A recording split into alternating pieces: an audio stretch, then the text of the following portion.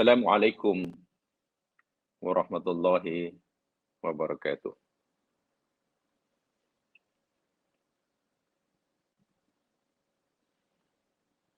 Alhamdulillah wa syukru lillah.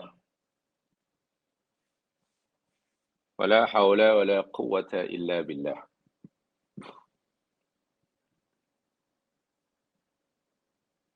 Asyhadu an la ilaha illallah wahdahu la syarika lah.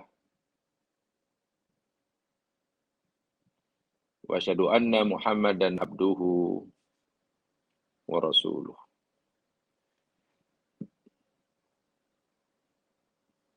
Allahumma salli ala Muhammad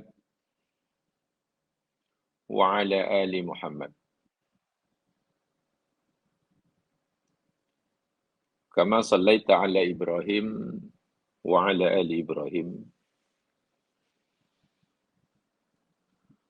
Wa barik ala Muhammad wa ala ali Muhammad. Kama barakta ala Ibrahim wa ala ali Ibrahim. Fil alamin. Innaka Hamidum Majid.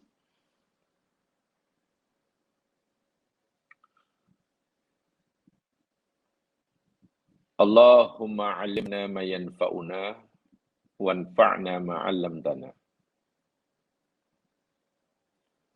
Warzuqna 'ilman walhamdulillahi ala kulli hal.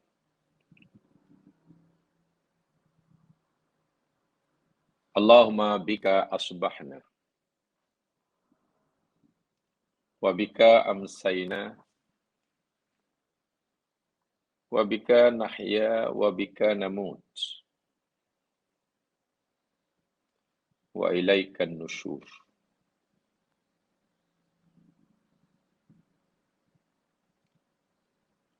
Allahumma faqihna fid din wa 'allimna at-ta'wil. Amin ya rabbal alamin.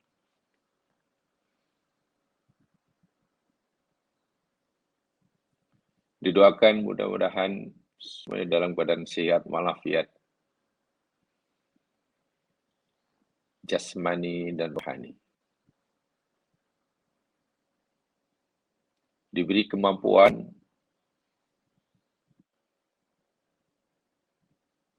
sekaligus peluang dan juga kemauan untuk melaksanakan segala yang disuruh oleh Allah dan meninggalkan segala yang ditegah.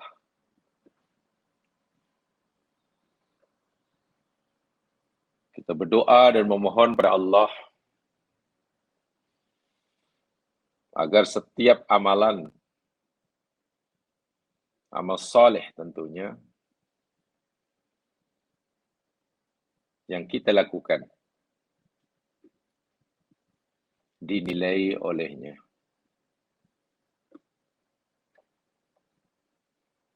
Apatah lagi kita telah berada pada awal bulan Dzulhijjah, bulan yang disebut oleh Nabi, apapun bentuk amal soleh yang dilakukan oleh hamba, oleh kita, amalan yang paling disukai oleh Allah.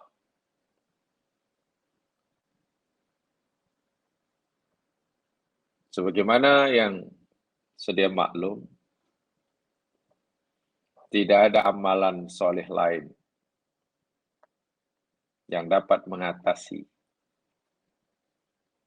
amal soleh yang dilakukan pada 10 hari pertama bulan Dzulhijjah. Dari segi ianya dicintai oleh Allah Subhanahu wa taala. Kecuali amal soleh itu berupa mati syahid. Kita yakin apapun amal soleh yang kita lakukan selama ini, yang dilakukan selama ini semata-mata karena Allah, Allah suka. Yang kita lakukan semalam, yang kita lakukan tahun lepas, yang juga minggu lepas. Tapi amalan yang sama kita lakukan pada hari yang Nabi beritahu akan keistimewaan hari tersebut. Tingkat mahabbah Allah. Tingkatan cinta Allah pada amal itu akan meningkat. Sungguh pun amal yang kita lakukan sama.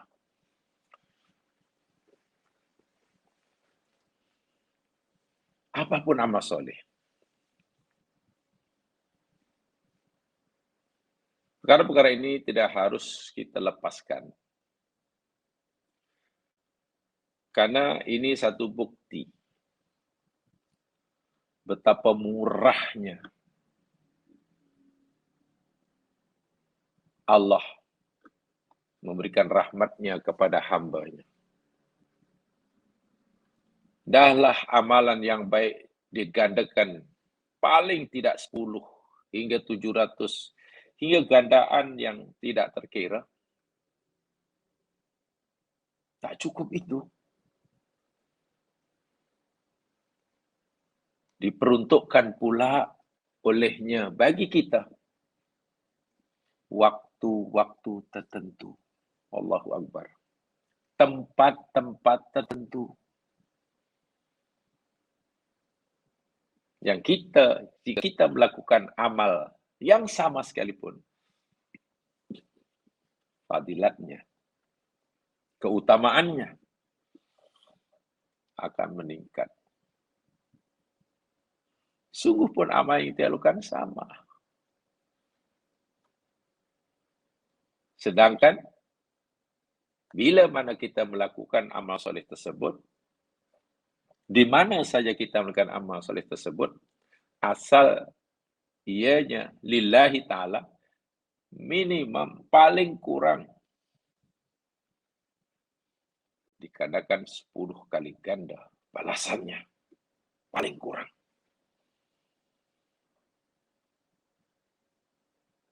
Inilah saya katakan rahmat Allah yang sangat luas.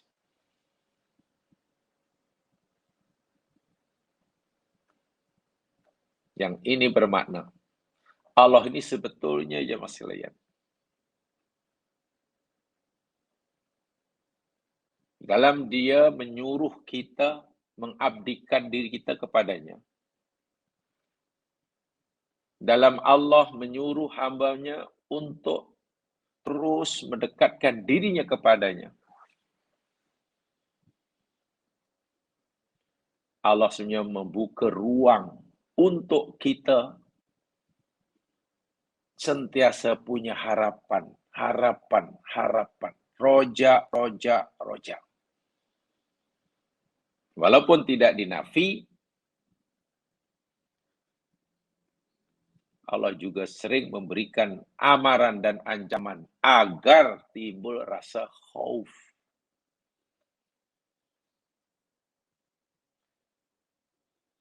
Sehingga bahkan ada ulama yang memahaminya luar biasa.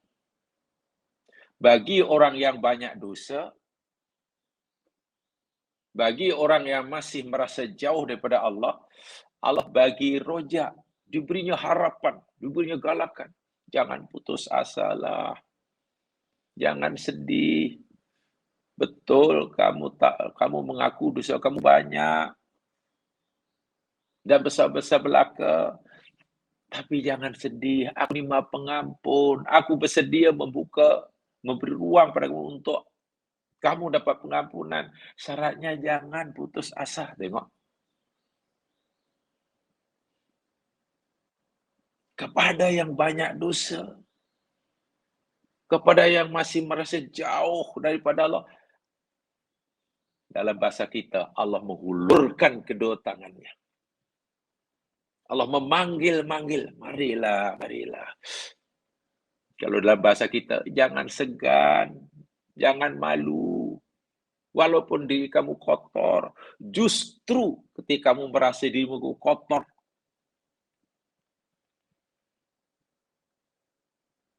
dan kamu ingin dekat dengan aku, ketahuilah, rahmatku, pintu rahmatku, aku buka seluas-luasnya. Coba tak berbunga-bunga macam mana hati orang-orang yang banyak dosa. Bila faham akan tawaran Allah seperti ini. Walaupun Allah ingatkan juga, bila kamu sia-siakan peluang yang aku berikan, neraka tempat kamu, jelaslah. Sebaliknya kepada yang beramal soleh. Syekh ulama memahaminya, malah banyak diberi amaran. Sungguh pun amal ibadah kamu sudah banyak. Kamu rasa. Sungguh pun amal soleh kamu tidak sedikit. Kamu rasa.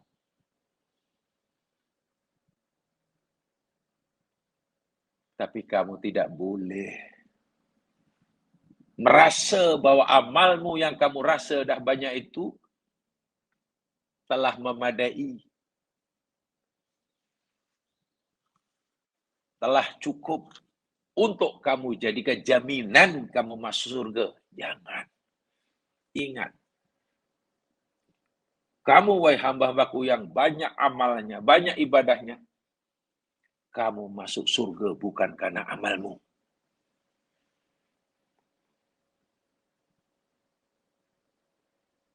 Tapi kamu akan aku masukkan dalam surgaku karena rahmatku. Kan begitu sabda Nabi. Sehingga orang yang banyak amal akhirnya ada rasa takut. Iya ya. Walaupun sudah banyak amalnya, belum merasa aman, belum merasa selamat. Sehingga akan terus beramal. Iya ya, masa rupanya masih kurang, masih kurang, masih kurang. Sementara yang banyak dosa, diberi harapan, cepat. Aku bersedia menerima kamu. Aku bersedia mengampunkan dosa kamu. Jika kamu memohon ampun kepadaku. Inilah. Jadi kedua-duanya benar-benar digerakkan, didorong untuk segera, untuk cepat-cepat, laju-laju dalam perjalanan hidupnya, mendekatkan diri pada Allah, makin dekat. Mudah-mudahan kita berdoa dan seterusnya berusaha, setiap kita adalah memanfaatkan peluang seperti ini. Bila seseorang berebut memanfaatkan, mengambil peluang, meningkatkan amalan, menambah bekalan pada bulan Ramadan, khususnya 10 malam terakhir Ramadan. Nah, sekarang kita adalah juga merebut peluang untuk meningkatkan amal soleh, menambah bekalan sempena 10 hari pertama Dzulhijjah siangnya. Itu perbincangan panjang tuh. Keutamaan 10 hari pertama Dzulhijjah itu luar biasa berbanding siangnya. Adapun keutamaan malam harinya yang paling utama, ya 10 malam terakhir Ramadan. Jadi Allah dah bagi peluang, keistimewaan bagi yang siang ada, keutamaan untuk malam pun sudah ada. Cukuplah. lengkaplah sudah rahmat Allah kepada kita. Terpulang. Hamba itu memanfaatkannya atau hanya mengetahuinya. Jika kita sekadar mengetahuinya, ya kita tak dapat apa-apa. Kalaupun dapat ilmu. Itu saja. Apa manfaatnya? Ya ada ilmu, tahulah. Dan jika nanti katakanlah ada peperiksaan, boleh jawab soalan, itu saja. Dan bila betul jawaban soalannya, ya dapat markah tinggi. Itu, tak lebih. Tapi jika diamal, kita bukan sekadar lulus peperiksaan. Bekalan kita bertambah. Ada orang yang mungkin kurang memahami sangat. Tapi sekadar tahu, oh ini hari yang baik. Ada orang beritahu hadisnya gini, dah situ saja. Kemudian dimanfaatkan. Untung dia. Bertambah bekalannya. Walaupun jika sekiranya masuk bilik imtihan, gagal menjawab, tak apa. Kalau itu ditanya dalam peperiksaan, gagal mungkin tak tahu nak jawab. Markahnya kosong. Tapi dia sudah memanfaatkan hari-hari baik yang Nabi berikan. Berjaya orang ini. Berjaya. Subhanallah. Kita berdoa agar Allah masukkan golongan yang berjaya. Jamaah yang dirahmati Allah sekalian. Hari ini kita akan teruskan siri tadabbur kita surah Hud, bermula daripada ayat yang ke-25. Minggu lepas kita pelajari ayat 24. Ini bermula daripada ayat 25 dan seterusnya. Bermula daripada ayat 25 hingga ayat 49. Berapa tu ya? 5 cuma 24 ya. 24 ayat kan. Mula 25 hingga ayat 49.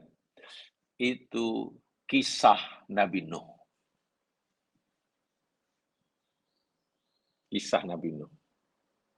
Dan kisah Nabi Nuh dalam Al-Quran sebenarnya bukan hanya ada dalam surah Hud sahaja. Tapi kisah surah Nabi Nuh, kisah Nabi Nuh ini ada dalam beberapa surah. Dalam surah Al-A'raf ada cerita Nabi Nuh. Surah Al-Mu'minun ada juga. Jamal ingat nanti. Surah Nuh, ya. Surah Nuh ada cerita kisah Nabi Nuh. Dan juga dalam surah Hud yang sedang kita pelajari.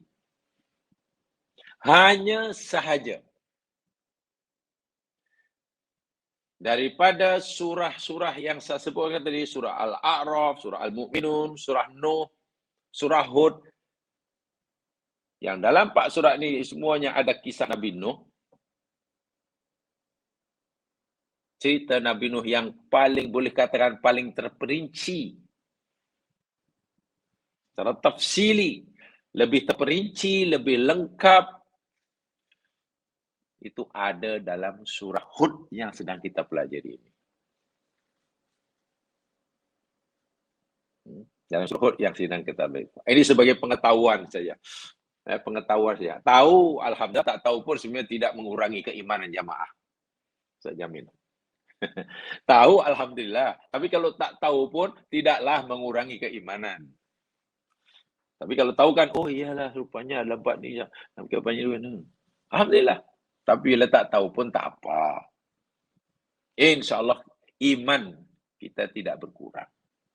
Maksudnya tak tahu tentang mana surah-surah yang ada kisah Nabi Nuh. Oh, saya tak tahu. Mana yang paling lengkap? Saya tak tahu. Tak apa, iman tidak tegas. Itulah maksud saya. Sebab itu segi knowledge kan. A'udzubillahi minasyaitonir rajim. Walaqad arsalna Nuhan ila qaumih. Inni lakum nadhirum mubin. Walaqad dan demi sesungguhnya arsalna kami telah utuskan atau kami telah lantik menjadi Rasul Nuhan akan Nuh. Kami utuskan Nuh ila qaumihi kepada kaumnya. Ini lalu Nuh berkata kepada mereka, ini sesungguhnya aku lakum bagi kamu nadir. Pemberi peringatan sekaligus ancaman, adanya ancaman mubin yang menjelaskan, menerangkan. Ada yang menerjemahkan ini lakum nadhir mubin, sesungguhnya aku ini pemberi peringatan yang nyata. Ada. Jadi mubin menjadi sifat kepada nadhir yang nyata. Ada yang memahaminya. Mubin ini merupakan khobar kedua bagi inna. Ini sesungguhnya aku, itu isimnya aku bagi kamu. Siapa aku ini? Aku adalah nadhir pertama.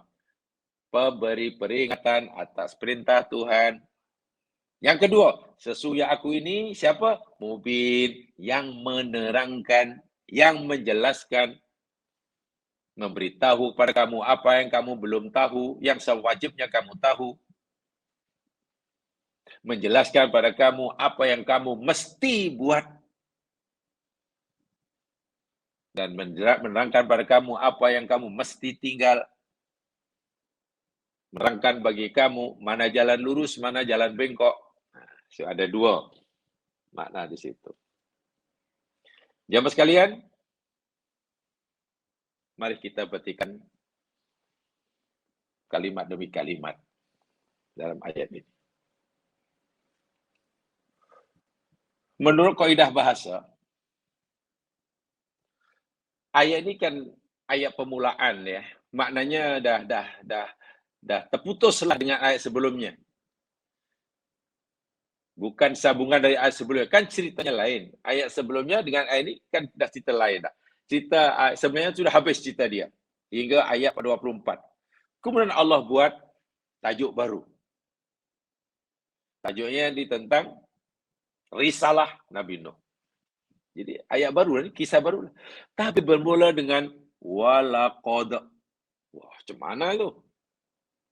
Kita maklum wawnya tu waw istinaf ya.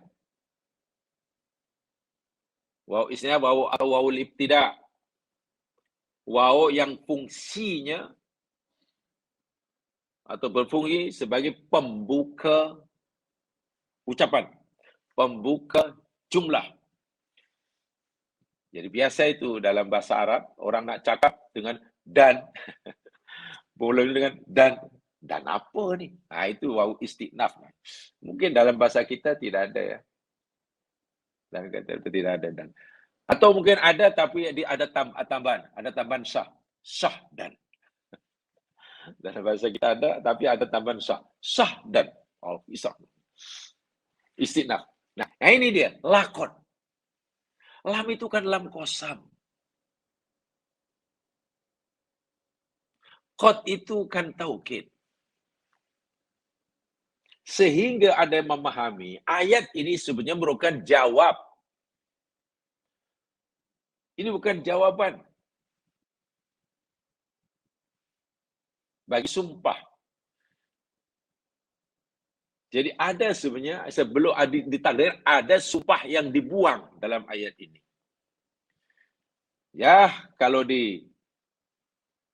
secara lengkaplah ditakdirkan, bunyinya ini, wallahi, Qad arsalna atau wa bi izzati fa bi izzati laqad arsalnya. Allah bersumpah demi keagunganku, demi kemuliaanku. Atau demi apalah, Allah bersumpah dengan zatnya lah. Sungguh kami telah mengutuskan Nuh. Kenapa ini saya sebutkan? Karena untuk mengingatkan sebenarnya jemaah sekalian, tarkib seperti ini, jumlah seperti ini, uslub seperti ini, dalam balaghah namanya uslub ingkari kan, jumlah ingkariyah kan, namanya jumlah ingkariyah. Dan kita tahu bila satu jumlah ayat, ucapan dalam bentuk ingkariyah, uslub ingkariyah, ya bentuk qasam, ada sumpah lagi, ada lam lagi, ada qad lagi, banyaklah itu karya. Pasti jumlah seperti ini oleh mutakallim orang yang bercakap, dalam hal ini Allah Subhanahu wa taala, kepada mukhatab, yang mana mukhatab ini tidak meyakini, tidak ada keyakinan sedikit pun terhadap apa yang Allah turunkan kepada Nuh untuk disampaikan pada kaumnya. Jadi orang yang mengingkari kisah Nuh, orang yang mengingkari ajaran Nabi Nuh, orang yang mengingkari kenabian Nuh, dan kisah itu telah berlaku. Dulu Nuh telah gini nih, akhirnya berlaku tufan besar. Mungkin ada orang, itu cerita dongeng lah. Mana ada kisah macam ada banjir bersama tufan mati. Ada itu kita dongeng 1001 malam. Kan tidak percaya. Pada orang yang dalam hatinya sikit pun tak ada kepercayaan, bukan meragui ya. Tak percaya langsung. Nah, pada orang-orang yang hatinya seperti inilah Allah sampaikan dalam bentuk ingkari.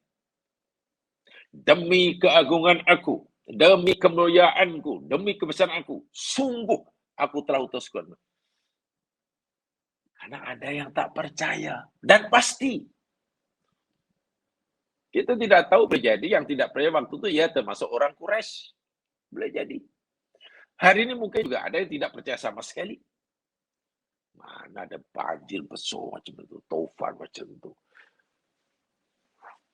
Hebat mana teknologi yang dikuasai oleh Nuh boleh buat kapal itu, memuat macam-macam binatang sepasang, macam-macam nak tangkap binatang itu. Siapa yang kan macam di luar kemampuan orang sekarang pikir, apalagi ia berlaku ribuan tahun yang lalu, bukan zaman sekarang. Zaman sekarang pun mungkin, dan buat kapalnya itu bukannya di tepi laut, di darat. Kawasan ia buat kapal itu ya di kawasan yang bukan jenis kawasan yang hari-hari hujan. Lebih banyak kemaraunya. Padang pasir, ya gelap lah. Memang itu kisah paling mungkin ada orang yang berfikir itu kisah yang paling mengarut lah. Tak ada keyakinan sikit pun. Nah, kepada orang seperti inilah Allah menyampaikannya dengan bentuk kalam ingkari. Walhal, sekarang walhal. Jika Allah berfirman jemaah sekalian, hanya dengan kalam khobar saja katalah. Kalam ibtidai saja punya. Kami telah utuskan Nuh. Tak payahlah demi kemuliaan aku, sungguh aku. Pasti benar sebab yang berfirman adalah benar. Maha benar.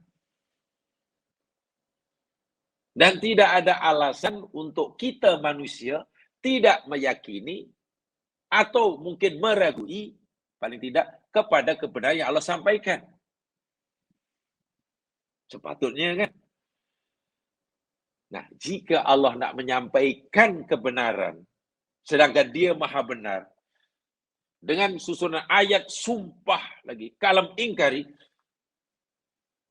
itu menunjukkan bahwa mukhatabnya, orang yang benar pada hatinya dah mati. Itulah maksudnya. Pada orang yang hatinya dah mati. Kerah.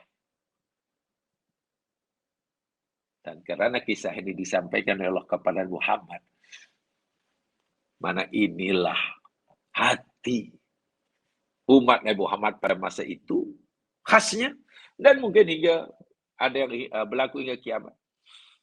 Hatinya mati. Jadi bukan senang ya Mas Kian. Umat Nabi Muhammad ketika Nabi dilantik jadi Nabi, Nabi Muhammad menghadapi manusia yang hatinya macam inilah sebagiannya. Kerahnya luar biasa. Kafir. Bahkan dahulu, saya kata, kamu tahu tak, dahulu ketika Al-Quran turun, Nabi Muhammad yang Al-Quran ini bukan pada orang Islam katanya. Nabi Muhammad itu menyampaikan Al-Quran pada orang kafir. Sehingga banyak ayat Al-Quran itu yang bercakap dengan orang kafir. Ini period Madinah. Kan masa Quran turun kan belum ada orang Islam. Majority yakni orang kafir. Sehingga ayatnya sudah cuma pada mereka. Bagaimana orang kafir itu faham Al-Quran. Kalau orang kafir tak faham Al-Quran, bagaimana Quran diturunkan kepada dihadapkan pada mereka? Coba ketika mereka berdialog dengan Rasulullah SAW.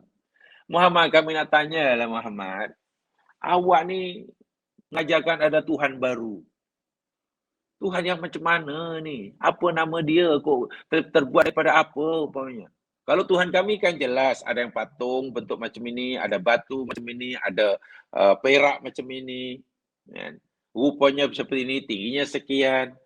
Kalau Tuhan kamu tu macam mana? Terbuat daripada apa?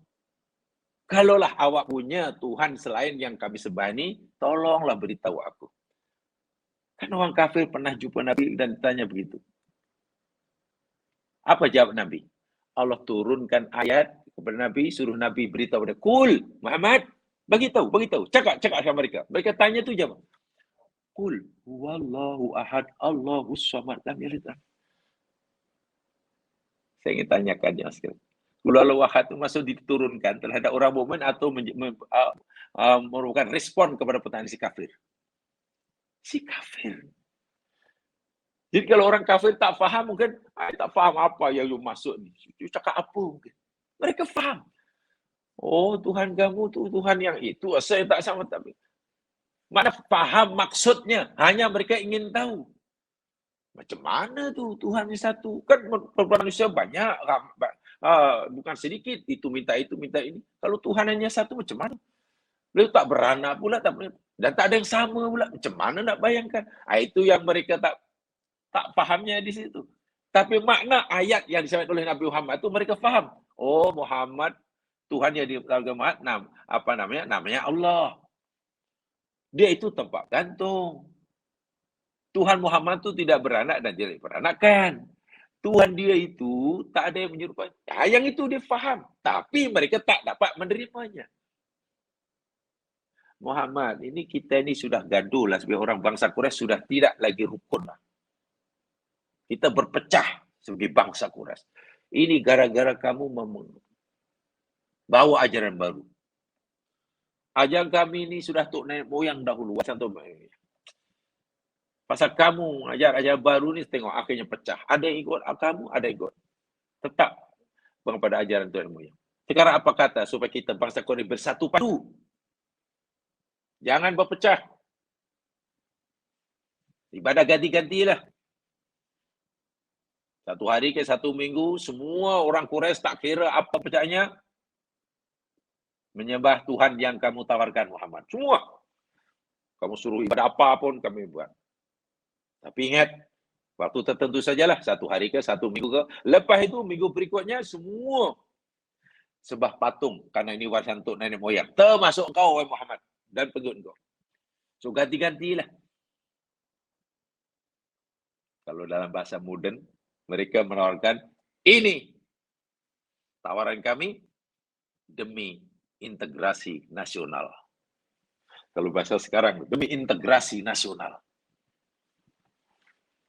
Satu bangsa yang punya hubungan darah Sebagiannya, jangan sampai berpecah. Kita bangsa besar. Jangan berpecah, nanti kita jadi lemah. Caranya bagaimana? Kami nampak ibadah kena berganti-ganti. Apa respon Al-Quran? Apa respon Allah pada mereka? Qul, Muhammad. Beritahu dia orang nih. Ya ayyuhal kafirun, la a'budu ma ta'budun. Wala antum a'budu ma'bud. Wala na'budu ma'tum. Wala antum a'budu ma'bud. Okelah, lakum dinuku waliyadin lah. Bertanya, ayat itu kepada orang mukmin atau orang kafir? Itu sedang Allah bercakap dengan orang mukmin atau pada orang kafir? Orang kafir. Jadi mula-mula Al-Quran itu lebih banyak bercakap dengan orang kafir. Ini bermakna orang kafir faham. Itulah maksud saya. Orang kafir mana faham Al-Quran itu. Saya sampai ke sini karena dahulu pesan saya begini. Rupanya hujung-hujung itu nak smash kita. Dia kata, nah sekarang kamu aku tahu yang orang yakin, yang orang kafir pada zaman Nabi Muhammad itu faham Quran. Ya tahu ya, mesti faham. Kalau tak faham apa maknanya? Kosong lah. Apalagi ayat betul-betul merespon cabaran mereka. Pasti mereka faham. Ketika dia dicabar untuk membuat Quran gini. Kalau orang kafir pun faham Al-Quran, walaupun mereka tidak ikut. Ya mereka tidak ikut, itu kufur. Takkanlah awak yang dari Muslim, awak dah meyakini Quran itu betul. Kamu meyakini Nabi Muhammad itu utusan Allah. Dan kamu berusaha untuk mengikutinya. Takkanlah kamu yang dah seperti itu. Masih tak paham Quran. Kamu hanya mampu membacanya dengan betul makhrajnya. Saya masih ingat. Saya lupa sarah saya kayak kita. Ini macam semes habis-habisan. Jadi ada rasa, ya kalau bahasa sekarang ada rasa malu kan. Ini orang yang menolak itu faham. Tapi mereka nolak, habuannya neraka. Kalau yang tak percaya pun boleh memahaminya. Takkan kamu yang percaya Al-Quran, yang meyakini betul. Tapi kamu tak mampu membuktikan kebenarannya. Takkan kamu yang meyakini kehebatan Quran gagal membuktikan menunjukkan kehebatannya. Kamu hanya mampu membacanya kamu. Waktu itu, ya Allah ya Rabbi, ini betul-betul bagi saya satu motivasi yang luar biasa. Saya karena waktu itu memang belum paham sangat. Ya, sekarang pun masih belum paham. Tapi betul ya, kalau direnungkan sungguh. Mereka faham tapi hatinya mati. Itu orang kafir. Sehingga ketika Allah cerita Nabi Nuh, menceritakan kisah Nabi Nuh dan kaumnya kepada Nabi Muhammad SAW untuk diberitahukan kepada kaum Quraisy khasnya, orang kafir ya, agar mereka ini mengambil iktibar, Allah gunakan kalam ingkari. Ini isyarat yang jelas, bukti yang nyata bahwa hati mukhatab yang menerima yang ayat dituju pada mereka hatinya mati. Tidak ada keyakinan kepercayaan sikit pun. Bukan yakin tapi ragu. Keyakinan sikit pun tak ada. Itu pengajaran yang boleh kita simpulkan daripada susunan ayat ya. Saya belum tafsirkan ayat ini, baru susunan uslub. Itu ya, faham itu kita ambil daripada uslub ayat.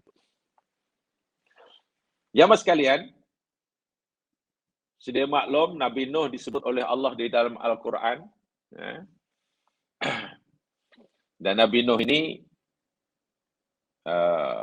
bukan sekali dua ya namanya disebut dalam Al-Quran.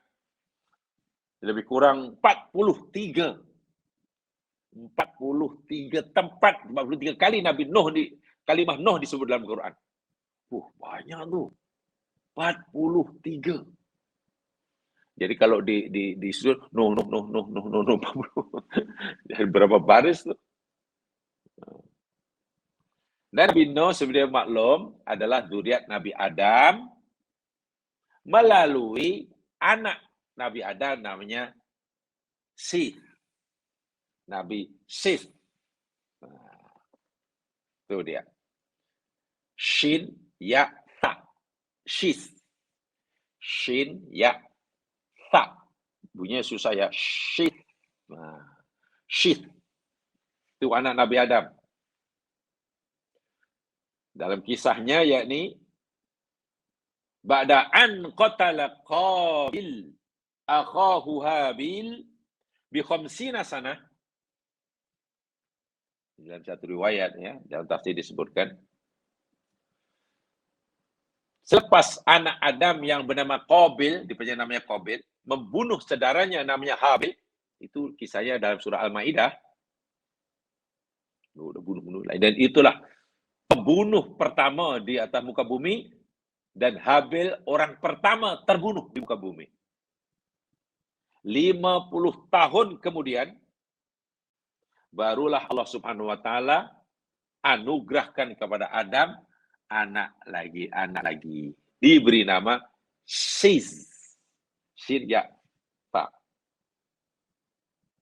Ada riwayat yang disandarkan kepada Ibnu Abbas radhiyallahu anhu.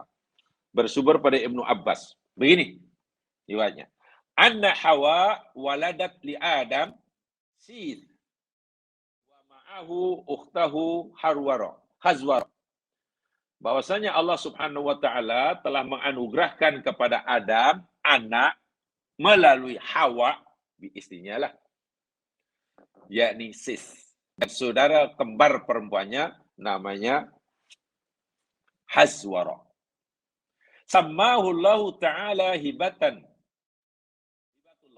Allah menamakan anak yang Allah anugerahkan kepada Adam selepas 50 tahun kematian Habil dengan nama Hibatullah. Hibah itu anugerah. Anugerah Allah. Li'annahu ja'a iwadun an Habil. Karena kelahiran Sith itu adalah sebagai pengganti daripada Habil yang terbunuh.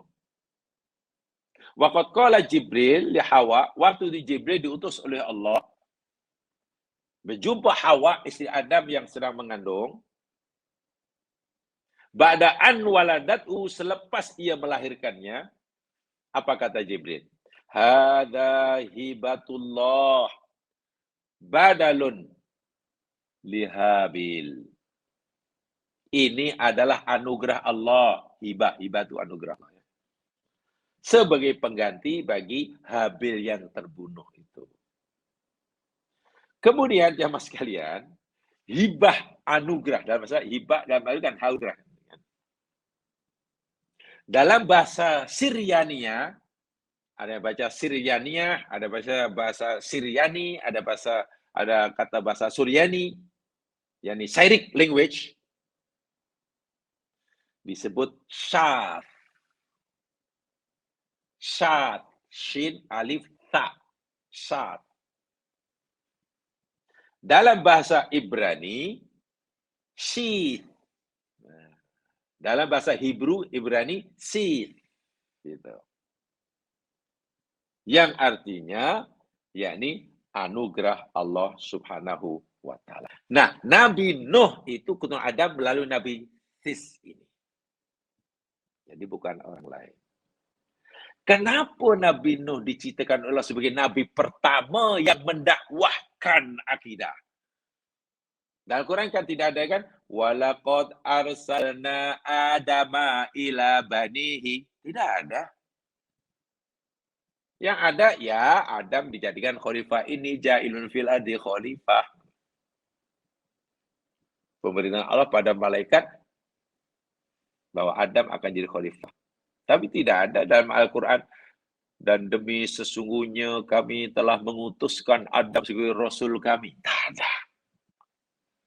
Dari sekian banyak utusan Allah, yang Allah sebutkan pertama kali bahwa Allah mengelantik jadi utusan Nabi Nuh lah. Walaupun Nuh bukan Nabi pertama. Saya ulangi. Dari sekian banyak Nabi Allah, yang Allah beritahukan pada kita, diutus sebagai nabi, utusan kepada umatnya, yang Nabi Nuh. Walaupun Nuh bukan nabi yang pertama. Apa alasannya? Ibnu Katsir rahimahullah di dalam tafsirnya mengutip riwayat daripada Ibnu Abbas radhiyallahu anhuma,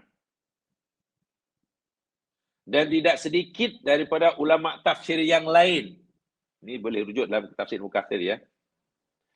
Kana awwalu ma'abadat. Kana awwalu ma'ubir al-asnamu anna qauman salihina matu. Bahwasanya kaum Nabi Nuh, karena kaum Nuh ya'budun asnam.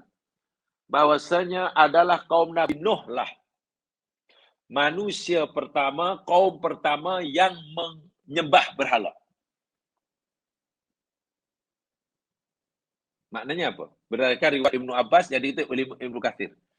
Tidak ada manusia di muka bumi, jadi anak cucu Adam lah, yang melakukan dosa kerana menyembah selain Allah. Tidak ada. Kaum yang mula-mula menyekutukan Allah, jadi menyembah selain Allah lah, kaum Nabi Nuh. Bukan bermakna orang sebelum Nabi Nuh ini tidak ada yang melakukan dosa. Bukan. Umat manusia sebelum Nabi Nuh juga melakukan dosa. Tapi dosa yang mereka lakukan bukan dosa syirik. Itulah. Contoh, anak Adam membunuh saudaranya. Kan bukan dosa syirik. Mereka mengisahkan Allah, tapi melakukan jenayah pembunuhan. Betul, membunuh itu dosa besar. Membunuh itu dosa besar, jemaah sekalian. Tapi tingkatannya kan masih bawah dosa syirik. Jenayah? Iya, betul, jenayah. Nah, membunuh masih jenayah lah. Dosa besar? Iya. Tapi syirik bukan hanya jenayah pada Allah, bukan segala dosa besar. Ia induk segala dosa besar. Karena dengan syirik, akidah tauhid seseorang terbatal.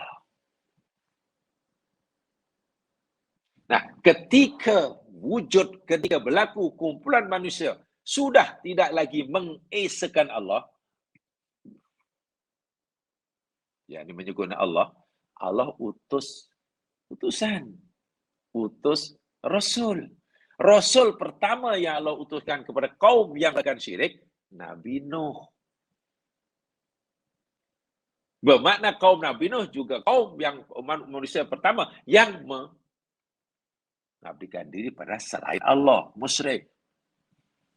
Bukan manusia yang melakukan yang pertama kali buat dosa ya. Sebelum kaum Nabi Nuh dah ada yang buat dosa tadi, Qabil. Tapi bukan dosa syirik. Bagaimana kisahnya ya agak panjang. Secara saya ringkaskan begini. Pada zaman Nabi Nuh, ramai sebetulnya jamaah sekalian. Pada zaman Nabi Nuh, sebelum Nabi Nuh, ramai orang-orang soleh. Ramai. Menyeru, berdakwah sama. Ya, baiklah. Baik. Dan orang soleh ini meninggal. Mati. Murid-muridnya ya merasa kehilangan. Tok guru yang alim menjadi ikutan meninggal. Sedih sekali. Sedih. Tapi apa boleh buat, orang hidup pasti mati. Sedih. Generasi juga masih teringat-ingat tok gurunya Allah. Kita datang tok guru meninggal. Ringkas kata, ini boleh juga dalam kitab Talbisul Iblis pun sudah juga disinggung, itu diceritakan oleh Ibnu Jauzi yang dulu telah kita pelajari kitab Talbisul Iblis. Iblis ini pandai membisikkan, beginilah, wahai manusia, kamu kan sangat sayang tok guru kamu, almarhum tok guru. Ya, sayang. Dan kamu merinduinya kan? Ya. Sentiasa mengingatinya kan? Ya. Beginilah, untuk agar hatimu ini terubat, kerinduanmu terubat, tidak terlalu terus-menerus merasa kehilangan, cobalah buat patungnya. Nah, buatkan patung yang mukanya menyerupai Tok Guru yang dah meninggal. Ini idea iblis nih masuk dalam hati mereka. Iblis buat wiswasah. Ringkas kata mereka ikuti, oh buat patung, ini Tok Guru fulan, ini Tok Guru ini. Sekadar patung sebagai tanda ingatan. Ya, orang istilah kita tugu peringatan. Iblis kata, buat patung sebagai tugu peringatan. Sekurang-kurangnya, kalau kamu rindu pada Tok Guru yang kamu sangat sayangi, yang dah bergenerasi itu, tengok patungnya itu, terubatlah. Nah, tugu peringatan. Setakat itu tujuan awal buat patung. Ya. Fabana qaum alaihi masjid, kemudian lama-lama apa ya?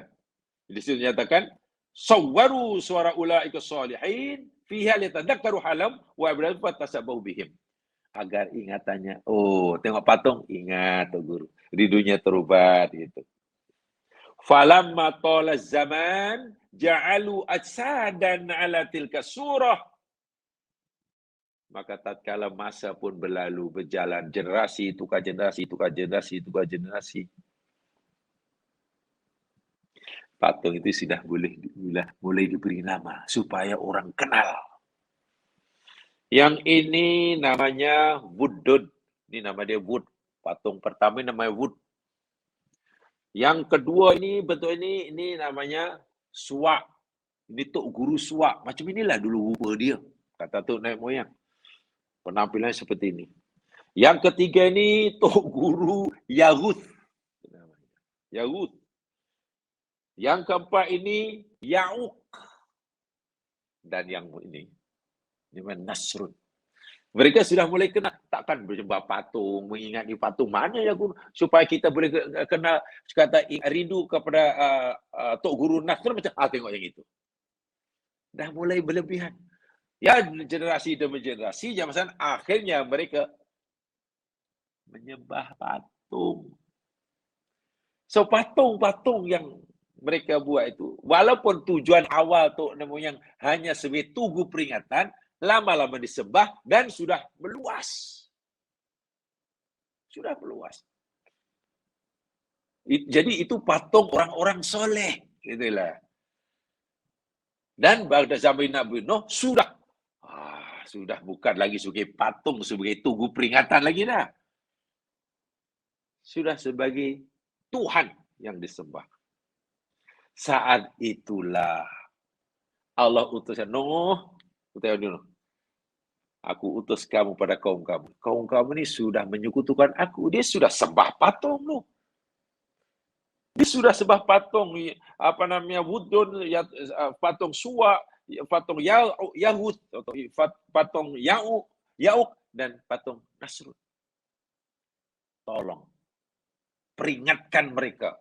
Nuh diberi wahyu oleh Allah, diberi risalah oleh Allah, diberi ajaran oleh Allah untuk disampaikan pada kaum. Jadi tugas utama Nabi Nuh waktu yang paling besar sekali, dan itu sebenarnya tugas para nabi ya, tapi Nuh sebagai orang pertama membenteras penyelewengan akidah. Bukan dosa-dosa yang lain tidak diambil kira. Tapi ini, sebila akidah sudah hancur jamaah sekalian, amal soleh sebanyak manapun kosong. Sebila akidah masih betul, tidak rusak, tidak tercemar, jika seandainya orang ini melakukan dosa, bahkan dosa besar sekalipun, peluang untuk dapat pengampunan jika mau mohon ampun, diampun. Karena akidahnya tak rusak. Akidah rusak. Tauhidnya belum betul lagi, masih syirik. Lalu minta ampun bagi dosa-dosa yang lain. Tak dapat. Atau bahkan jika orang ini mati sekalipun, akidah tak salah, tak rusak. Jumpa Allah, akidahnya masih murni. Dosa-dosa yang lain belum dapat pengampunan. Nasibnya di akhirat macam mana? Terpulang pada Allah. Insya'a azabah wa insya'a ghafaralah. Jika Allah menghendaki, Allah boleh siksa mereka kerana dosanya. Kerana Allah itu Maha Adil. Jika Allah menghendaki, Allah boleh ampunkan mereka. Itu masya Allah. Kerana Allah Maha Ghafur. Itu cerita dia. Jadi bahaya ya. Mula-mula hanya ya kenang-kenangan aja lah. Untuk mengubat rindu. Tengok gabung. Itu ramai kan sekarang pendapat yang mengatakan mengharamkan buat patung. Karena itu, apalagi hadis Nabi sudah jelas banyak. Walaupun itu menjadi pembicaraan panjang lebar di kalangan ulama ya. Bahkan ada mengharamkan pasang gambar. Ambil jalan yang haram, semuanya haram. Ada yang katakan yang satu mengharamkan semuanya, gambar pun tak boleh. Yang satu pula menghalalkan, boleh, tak ada masalah kalau gambar. Ada yang tengah-tengah, tengoklah gambar yang macam mana. Itu perbincanganlah panjang lebar dalam bab gambar itu yang boleh. Saya yakin sudah belajar itu, ya belum belajar. Sebab gambar pun kalau mula tak kenapa you pasang gambar Tok Syekh di bilik sembahyang tu, tak adalah, sajalah untuk sebab kita biasanya jumpa Tok Syekh kita, tapi Tok Syekh tu jauh. Jadi untuk mengubat rindu tu, ya hanya tengok gambar pun hilanglah. Ya. Mungkin itu sudah setan sudah punya pintu masuk tu. Itu sudah ada pintu masuk bagi setan untuk zup. Lama-lama pun bila sedih aja terus tengok gambar Tok Syekh. Tok Syekh dia gambar. Hilang. Sudah mulai hilang kesedihannya. Tengok gambar Tok Ustaz. Nak keluar rumah, nak pergi, tengok dulu macam minta restu. Lama-lama disembahlah tu gambar. Boleh jadi orang yang mati itu, yang sekarang yang dipatung dapat disembah itu, boleh jadi ia nanti bertanggungjawab di akhirat jika masih hidupnya mengajarkan seperti itu. Tapi jika orang yang soleh yang dah meninggal ini, yang sekarang generasi berikutnya membuat patung sepertinya lalu disembah, si soleh tidak bertanggungjawab apa-apa. Sedikit pun tidak dipertanggungjawabkan oleh Allah atas perbuatan orang-orang mengikuti sembahnya jika si soleh itu semasa hidup tidak mengajarkannya dan menyuruhnya. Ya macam Nabi Isa lah. Sangat tengok. Ramai orang mendakwa punya patung Nabi Isa disalib. Disembah di mana-mana. Boleh patung yang paling besar yang paling kecil. Nabi Isa kan seorang Rasul. Bagaimana nanti Nabi Isa di akhirat? Adakah dipertanggungjawabkan oleh Allah atas perbuatan pengikutnya? Ya tidaklah. Tapi kalau Nabi Isa ditanya, itu untuk menempelak orang-orang Kristian, itu iyalah. Isa, dahulu kamu masih hidup suruh kaum kamu ke untuk sembah kamu dan ibu kamu selain aku? Nabi Isa terkejut, ya Allah, Maha Suci Engkau, ya Allah. Aku tak ada hak untuk suruh mereka sembah aku. Aku hanya perintahkan mereka, ya Allah, sebagaimana yang Engkau perintahkan aku kepada mereka. Sembahlah Allah, Tuhanku dan Tuhanmu. Jangan sekutukan. Itu ya Allah yang aku pastikan. Dan aku menjadi saksi, bersedia jadi saksi bahawa mereka itu hanya menyembah Engkau selama aku hidup bersama mereka. Tapi selepas Engkau matikan aku, Engkau tidak lagi benarkan aku hidup dengan mereka, aku tak tahu. Apa yang perbuatan mereka, aku tak tanggungjawab. Nah, tengok Nabi Isa berlepas diri. Tidak berdosa sikit pun, walaupun sekarang dianggap sebagai anak Tuhan oleh jutaan orang. Bahkan berbilion. Nabi Isa tidak bertanggungjawab. Nah, orang-orang ini ya tidak bertanggungjawab lah. Walaupun sekarang sudah dijadikan patung. Syaratnya masa hidup tidak mengajarkan ya. Tapi kalau masa hidup, nanti bila saya sudah meninggal dan kamu rindukan saya, ya tak apalah, ambillah gambar saya yang awak simpan itu, lalu kamu serulah. Letakkan depan kamu, lalu kamu cakaplah dengan gambar saya tu. Nanti saya dengar kamu. Kata macam tu. Kalau perlu yang lebih tahan lama, janganlah gambar, buatlah patung kecil-kecilan ke. Itu lain cerita. Yang meninggal nanti bertanggungjawab ya. Karena itu kesesatan umatnya itu adalah arahan. Arahan daripada dirinya. Itu. Jadi orang pertama, kaum pertama di muka bumi yang menyebut Allah adalah kaum Nabi Nuh. Menyembah patung. Patung itu sebetulnya yakni patung orang-orang soleh yang telah meninggal lama. Karena mereka ini sudah ditinggalkan oleh soleh bergenerasi-generasi, rindu, setan bisikan, buatlah patung lalu kamu sembah. Jadi konon mereka mengikuti ajaran orang-orang soleh, malah sesat. Ada nama-nama dia tuh, nama-nama dia jamaah boleh lihat dalam surah Nuh tuh ada ya. Dalam surah Nuh ayat 23. Coba jamaah buka Qur'annya, di sana jumpa.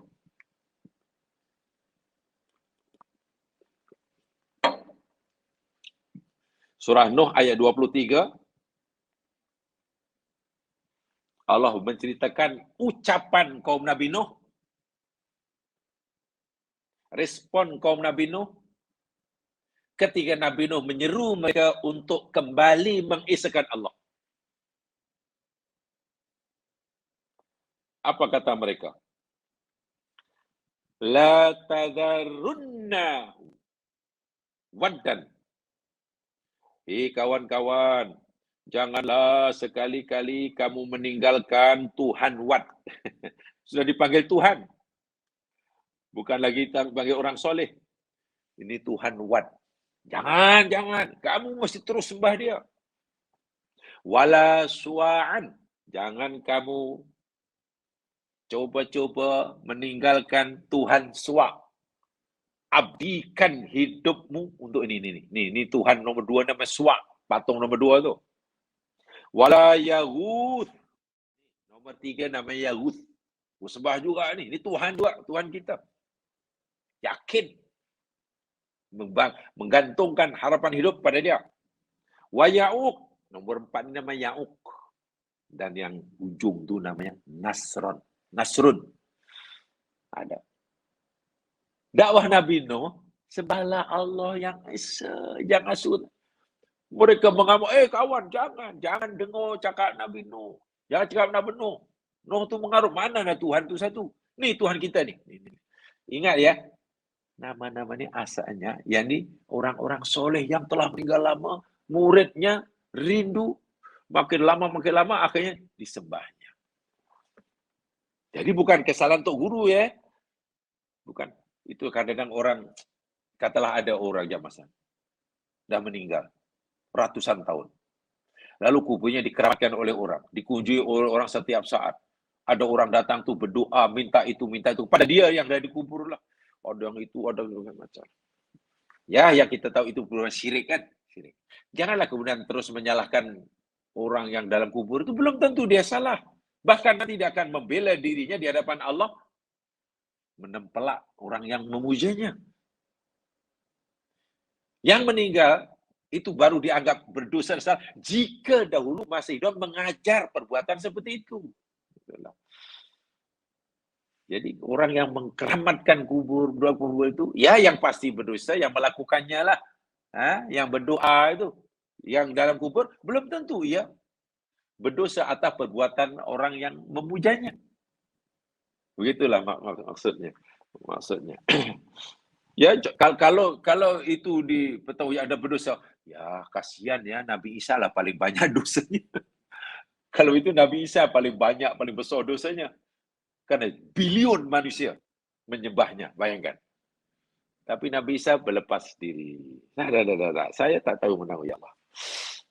Yang kami tahu, dan kami bersedia jadi saksi, mereka itu adalah menyembah Engkau sahaja masa aku hidup di tengah mereka. Tapi lepas aku tak lagi hidup dengan mereka, Engkau selamatkan aku daripada pembunuhan mereka, aku tak tahu. Aku tak tahu. Engkau sajalah yang Maha mengetahui. Masya Allah. Luar biasa ya. Inilah jamaah sekalian. Jadi syirik-syirik seperti ini memang tidak berlaku dengan dengan begitu saja. Dengan tiba-tiba. Tidak. Kaum Nabi Nuh melakukan syirik menjadi selain Allah bukan terus buat patung, bukan. Ini mulai proses yang panjang. Guru meninggal, muridnya sedih. Tak apa masa itu masa kehilangan. Siapa yang... Ya tak apa, wajarlah. Murid-murid terasa kehilangan untuk guru yang alim. Biasa rindu lagu. Satu generasi, dua generasi masih okey. Bila dah lama-lama akhirnya memujanya murid yang jenis yang keberapa lah yang menisbahkan dirinya kepada sebagai muridnya, ya itu yang akhirnya baru berlaku penyerahan akidah. Jadi bukan tiba-tiba kaum Nabi Nuh sembah patung, tak. Itu lama proses daripada sebelumnya. Sebelumnya baik. Generasi sebelumnya masih baik, sudah mulai kurang baik, sudah mulai nampak keburukannya, sudah mulai sesat dan sekarang sesat. Satu di antara puncanya.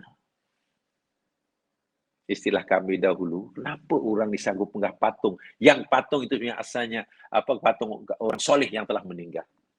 Satu dari puncanya jamaah sekalian. Dalam bahasa Arab dipanggil ibadatun fardiyah. Ibadatun fardiyah dalam bahasa Arab. Dalam bahasa kami dahulu, karena mungkin dipengaruhi oleh bahasa Belanda agaknya, dipanggil kultus individu. Kultus individu. Ya, mungkin kalau bahasa jamaah, individual cult. Individual cult. CULT kan cult. Kultus individu. Bila orang sudah mengkultuskan seseorang, menganggap suci, sehingga dianggap punya punya super apa lah, tak tahu lah, super power lah. Dia supernatural lah. Boleh mengabulkan doa, boleh itu. Sehingga orang jadi matanya buta, telinganya peka. Kultus pemujaan kepada seseorang yang melampaui batas. Bukan mustahil kalau kecenderungan seperti ini tidak disekat. Ia memberi pintu yang luas bagi iblis untuk talbis. Tunggulah saatnya, bila-bila masa ia akan jatuh ke lembah syirik besar. Syirkul akbar. Karena dia nanti akan merampas sesuatu yang jadi hak Allah semata-mata diberikan kepada orang ini atau Tuhan. Ya, sebenarnya menyembuhkan penyakit, memurahkan rezeki, tahu perkara yang gaib. Itu kan urusan Allah, itu hak Allah. Allah diberikan pada orang. Punya kultus individu. Individual cults. So itu tidak boleh. Tidak boleh. Kita boleh ikut Kenapa? Karena yang disampaikan benar. Sudah. Apakah yang disampaikan oleh itu daripada alif hingga ya benar semasa hidupnya? Ya belum tentulah, dia manusia biasa, bukan Nabi. Kita ikut B karena yang disampaikan betul, ya. Walaupun mungkin orangnya macam tak seberapa, tapi betul ya. Saya terima. Kita tolak pendapat C. Kenapa? Karena yang disampaikan C itu tak betul lah. Quran dan hadis Nabi tak ajar macam tu. Kenapa C ajar macam tu? Saya tak boleh terima. Walaupun mungkin C itu orang yang ramai pengikutnya. Kita mesti berfikiran seperti itu dalam agama ini. Ada peribahasa Arab walaupun hanya nampaknya sederhana, tetapi penting. Unzur makila walatandur mangkola. Lihat, perhati betul-betul apa yang dikatakan. Jangan melihat siapa yang berkata. Artinya, nilai kebenaran sesuatu atau sesuatu itu dinilai ianya benar atau salah bukan tergantung kepada siapa yang kata, tapi apa yang keluar, yang dikatakan. Kecualilah bila yang kata itu Allah dan yang kata itu Rasulullah, memang kita tak ada pilihan. Jangan pula nanti jadikan, kalau begitu tengok Rasulullah pun tengoklah. Jangan katakan betul ke tak betul. Kalau betul, kita terima. Kalau salah, salah. Mana mungkin Rasulullah salah? Sebab Nabi tidak mungkin bercakap salah. Kalaulah ada hadis yang salah, pasti itu bukan ucapan Nabi. Sehingga ada namanya hadis maudhu' lah, hadis dhaif jiddan lah, kan? Ingat ya, kalau ada hadis yang disandarkan pada Nabi, tapi ternyata salah, tidak selari dengan Al-Quran, yang mana bukan Nabi yang kata lah. Lalu diberi istilah maudhu', palsu. Ya kalau palsu namanya bukan hadis lah. Hanya karena kita ini tak punya istilah lain, terpaksa gunakan hadis palsu. Wah, hadis palsu bukan hadis. Ya mungkin istilah itulah yang sedikit membuat kita saya lupa dahulu. Ada satu istilah. Terserah hadis itu memberikan istilah yang bagi saya lebih tepat, tapi lupa saya tak ingat sama sekali. Masa pintas selalu. Ya contohlah emas palsu. Adakah itu emas? Kan bukan kan. Tapi nak bagi nama apa? Kalau ada nama sendirilah, nama khas dan diterima, saya yakin kita tidak akan menyebut emas palsu. Contoh besi. Ya pasti besi mana bukan emas lah. Perak, kayu. Pasti bukan emas. Tapi kerana nak kata besi bukan, nak kata perak bukan, nak kata batu bukan, nak kata apa lagi, timah bukan, biji bukan, tapi macam emas. Tapi emas pun bukan, agak tu emas palsu. Terpaksa kita letakkan kalimah emas palsu. Wah, bukan emas sama sekali.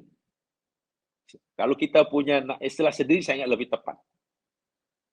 Jadi kita akan kata emas palsu. Seperti besi. Bila sebut besi, tak terbayang bahwa itu emas. Kan gitu kan. Ya macam hadis palsu kan. Karena masih hadis palsu. Ya memang bukan hadis lah. Tapi pasal tidak ada one word yang kan itu hadis. Ya hadis itu palsu. Tapi kan hadis katanya.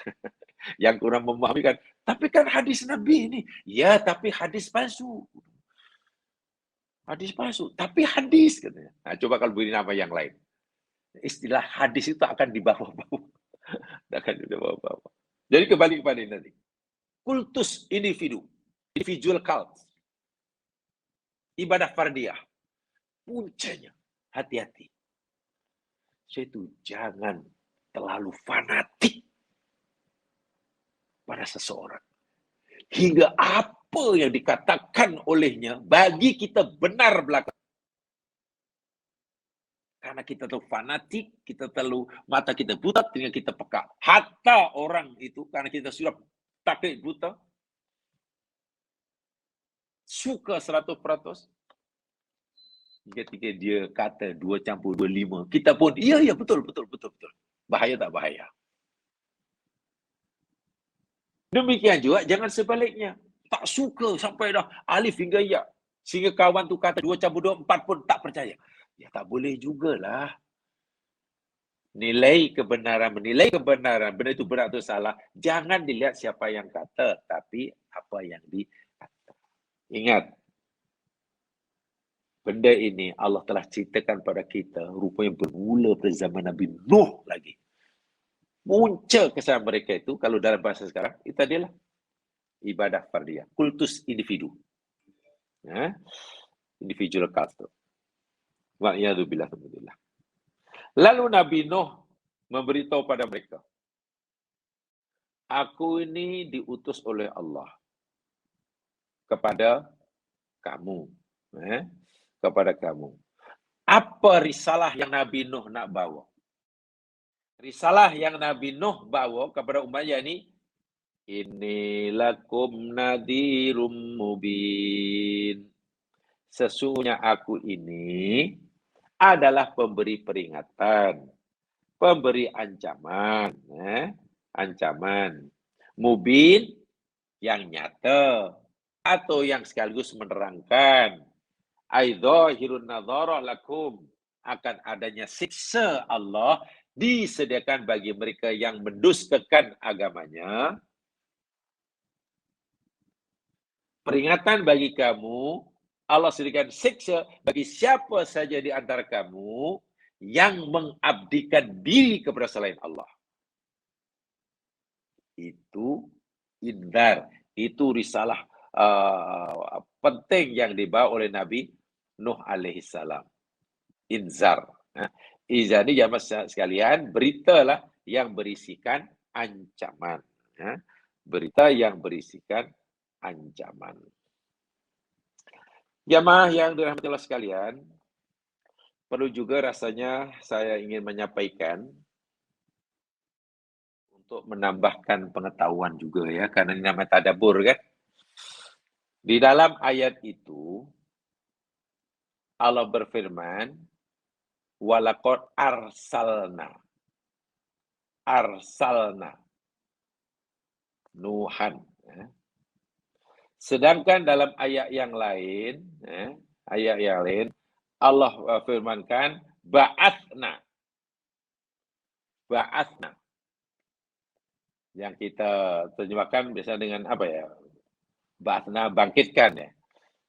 Ba'atsna, kami bangkitkan. Lalu apa beza antara arsala dengan ba'atha? Tolong perhatikan betul-betul. Apa beza antara ba'atha, ba'athallahu, nab'athu, dengan arsalallahu? Adakah sama antara ba'na dan arsalna? Sebagai contohnya di dalam surah Al-A'raf ayat 103. Coba jamaah lihat. Al-A'raf 103.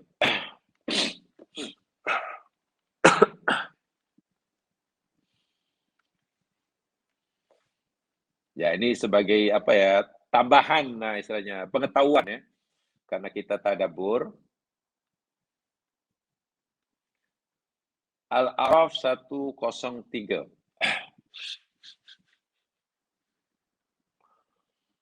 Allah Subhanahu wa taala berfirman, A'udzubillahi minasyaitonir rajim. Tsumma ba'atsna min ba'dihim Musa biayatina ila Fir'aun wa mala'ihi fadzalamu biha. Fanzur kaifa kana aqibatul mufsidin. Di situ Allah berfirman menggunakan kalimat ba'atsna. Tsumma ba'atsna bin Musa, ba'atsna Musa. Dalam surah yang kita pelajari ini, walaqad arsalna Nuhan. Apa beza arsalna dengan ba'atsna? Mungkin kalau tengok terjemahan, ya maknanya mungkin lebih kurang sama. Arsalna kami utuskan. Ba'atsna pun kami utuskan. Atau kami bangkitkan, umpamanya. Atau dalam ayat yang lain contohnya. Ini contoh ya, surah Hud ayat 25 ini dengan surah Al-A'raf 103. Sebagai contohnya kita bandingkan ya satu. Kemudian contoh yang kedua, coba bandingkan surah Al-Isra ayat 15. Al-Isra ayat 15. Coba buka jamaah ayatnya. Coba kalau melihat sendiri, insya Allah nanti kita akan lebih faham ya. Insya Allah kita akan lebih faham. Di dalam surah Al-Isra ayat yang ke-15, Allah Subhanahu wa taala berfirman, ujung sekali. Wa ma kunna mu'adzibina hatta nab'atha rasula. Ujung Wa ma kunna, dan tidak adalah kami, kata Allah, mu'adzibin, akan menyiksa. Allah berfirman, kami takkan menyiksa satu umat, satu kaum, golongan manusia, hatta nab'atha rasula, sehingga kami mengutuskan atau membangkitkan seorang. Di sini gunakan nab'atha, ba'atha yab'athu. Ba'atha. Bandingkan ayat ini, Al-Isra 15 ini dengan surah Al-Mu'minun ayat 44. Coba lihat. Al-Mu'minun 44.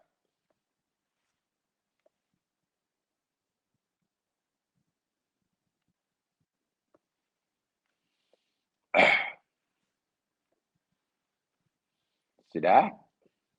Di dalam surah Al-Mu'minun ayat 44, "Tsumma arsalna rusulana tatsara." Ada ya keratan ayat begitu. Saya baca yang kaitannya ya. "Tsumma arsalna rusulana natra." Tsumma kemudian. Arsalna. Nah, di sini guna arsalna. Tapi nab'atha, tapi ba'athna. Rusulah, rasul-rasul kami. Tadi pun hatta nab'asa rasulah. Di sini arsalna rusulana, sama. Objeknya rasul juga. Tapi verbnya berbeza. Gunakan ba'atha, di sini gunakan arsalna, natra, tatra. Baik. Seperti mana saya katakan tadi, ini untuk menambah pengetahuan.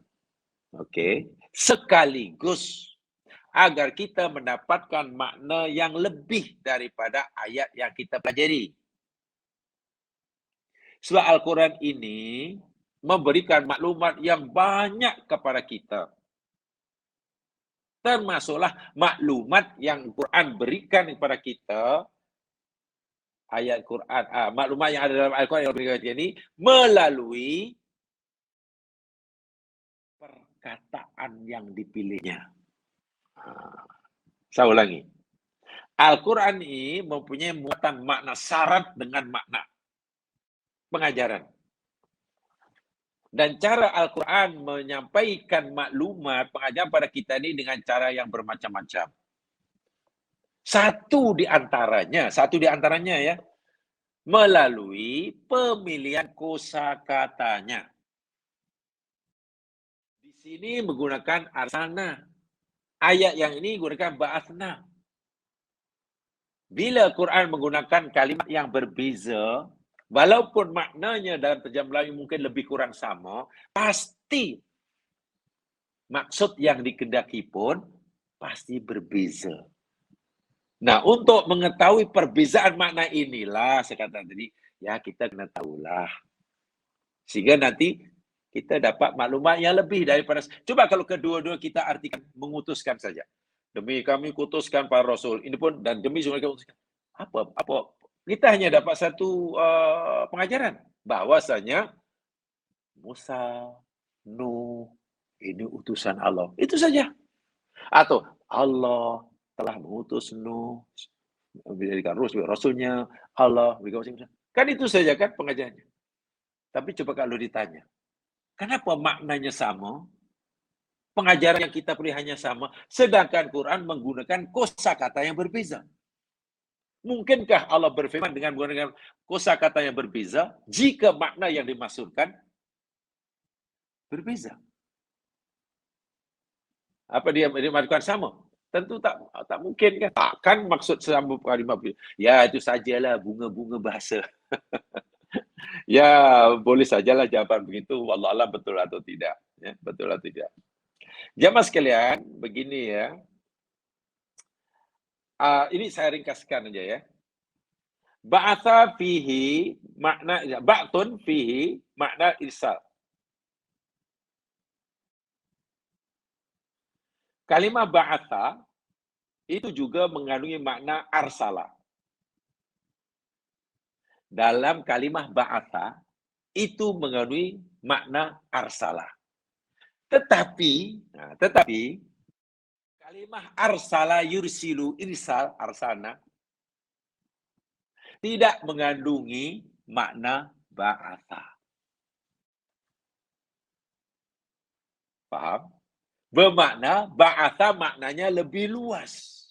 Cakupannya lebih luas daripada sekadar arsala. Karena dalam bahasa salah satu maknanya yakni arsala. Tapi dalam arsala tidak ada tidak termasuk makna ba'atha. Jadi makna ba'atha itu lebih luas. Lebih luas. Sehingga al-irsal antur rasulan tahammulu risalah li tafin akhar. Wal ba'tu qad yakunu fi irsal wa fi ma'anin ukhra. Irsal itu makna mengutuskan utusan yang diberikan tugas tertentu. Yang risalah. Sedangkan ba'asa, di samping bermakna mengutus utusan untuk menyampaikan risalah tertentu, arsala juga punya makna lain. Sehingga ba'asa juga bermakna lain. Ini bermakna makna ba'asa lebih luas cakupannya. Saya nak bagi satu contoh. Bahasa yang kita baca dalam ayat tadi, contoh umpamanya, wa ma kunna mu'adzibina hatta nab'atha rasula. Bahasa. Tsumma ba'atsna min ba'dihim Musa bi ayatina ba'atsna. Itu bahasa di situ maknanya arsala. Kami utuskan. Kami jadikan Musa sebagai utusan untuk membawa perutusan disampaikan pada umatnya. Itu benar salah. Tetapi bahasa punya makna lain. Ya.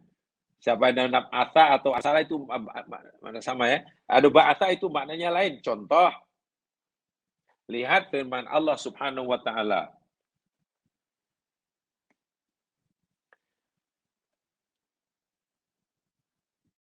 Di dalam surah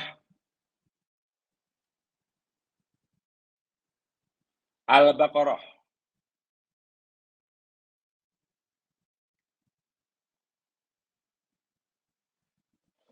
Ayat yang ke-247. Al-Baqarah 247.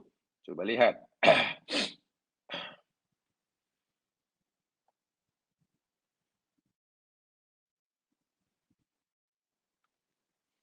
A'udzu billahi minasyaitonir rajim. Ini bahasa yang masih masuk mengutus ya.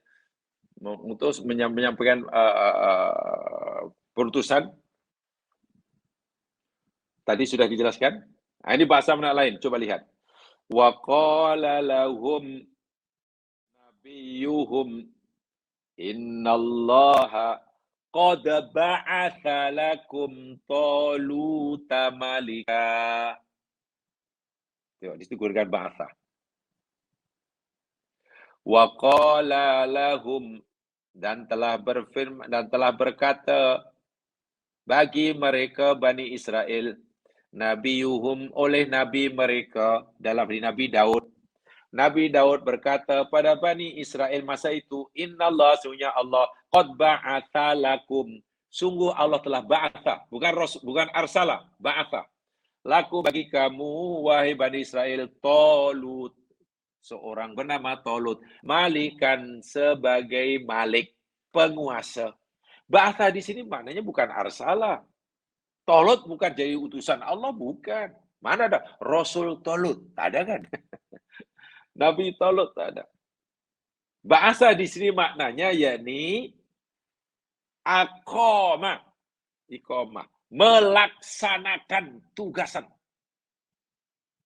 Ingat, Bani Israil waktu itu meminta kepada Nabi Daud agar Allah lantik daripada mereka, agar Nabi Daud lantik dari seorang mereka jadi ketua, pemimpin, bahasa sekarang panglima perang. Siapa yang paling layak di antara kami, wahai Daud, yang jadi panglima perang kami untuk menentang Jalut? Bukan yang layak jadi nabi. Nabi sudah jelas, Nabi Daud. Yang mereka minta, tolong lantik daripada kami siapa yang paling layak daripada kami, panglima perang kami, memimpin kami dalam peperangan melawan Jalut. Itu permintaan Bani Israel. Lalu Nabi Daud berdoa kepada Allah, Allah mereka, oh, yang layak dilantik jadi panglima perang kamu namanya Talut. Allah telah ba'atha Talut. Nah, bahasa ini bukan arsalah. So apa? Kan hanya lantikan panglima perang. Maknanya melaksanakan tugasan itulah. Minta maaf pada menteri, melantik menteri-menterinya. Oh, saya lantik awak jadi menteri luar, menteri dalam, menteri ekonomi, menteri. Nah, ini bahasa tak boleh salah. Demikian juga bahasa tak semuanya berarti arsalah. Yang tidak berarti arsalah. Ada bahasa yang berarti arsalah, ada bahasa yang berarti arsalah. Allah berfirman, wa anna sa'ata ayatun la raiba fiha. Sesungguhnya hari kiamat itu pasti datang, pasti tiba, tidak ada keraguan sibun. Wa annallaha yab'atsu man fil kubur. Dan sesungguhnya Allah itu membangkitkan, ba'atha, yab'atsu. Bukan yursilu. Man fil kubur, orang yang dalam kubur. Bangkit. Dari pindah pada alam barzah ke alam akhirat. Allah gunakan ba'atha. Yab'atsu, bukan arsalah. Itu surah Al-Hajj ayat yang ke-7 itu. Sebab itu kesimpulan mudah jamaah sekalian. Kalau arsalah itu, kalau ba'atha makna lebih luas daripada arsalah. Sebab dalam kalimat bahasa boleh digunakan untuk makna arsalah, tapi juga boleh diartikan untuk makna menjalankan tugas amanah, pekerjaan, macam menteri dilantik, Tolut jadi raja tadilah. Atau bahasa makna membangkitkan daripada satu alam ke alam yang lain, daripada alam barzah ke alam arsalah diberi risalah. Ini bermakna. Jika Allah gunakan ba'atha jamaah sekalian untuk Rasulnya, mana tugasan yang Allah berikan kepadanya itu berat. Ya, lebih berat.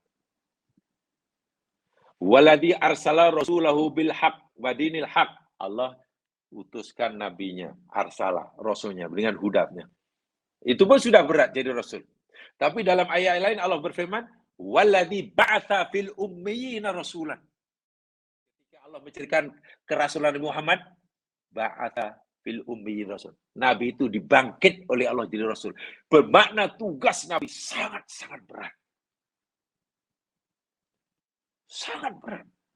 Bukan hanya menyampaikan risalah Allah, ini halal, ini haram, ini surga, ini neraka, ini wajib, ini bukan. Nabi itu memimpin perang, memastikan rakyatnya tak ada yang kelaparan, memastikan tak ada orang yang jual beli menipu, curang, persaudaraan. Nabi menghapuskan penindasan, diskriminasi. Berat, sangat berat. Jadi tugas bi'tsah itu lebih berat daripada tugas risalah. Dari segi bahasa. Jadi ini bermakna hakikat Nabi Nuh itu walaupun berat, tapi kan orang pertama yang bertanggung jawab menghapuskan syirik. Nah, berat juga. Ringannya pula dia hanya arsalah. Sebab itu Nabi Nuh dalam kisah Nabi Nuh tak ada cerita tentang macam niaga yang betul, macam mana solat yang betul, macam mana berbakti mak bapak, belum ada itu. Belum ada. Faham ya? Itu sepintas selalu secara ringkas perbezaannya. Mudah-mudahan diberkati yang benar-benar Allah Subhanahu wa taala. Silap kelemahan di sini, kurang lebih mohon dimaafkan. Subhanakallahumma wa bihamdika asyhadu an la ilaha illa anta astaghfiruka wa atubu ilaik. A'udzu syaitonir rajim wal 'asri innal insana lafi khusr ladina amanu wa salihat tawasaw bil haqq tawasaw bis sabr. Assalamualaikum warahmatullahi wabarakatuh.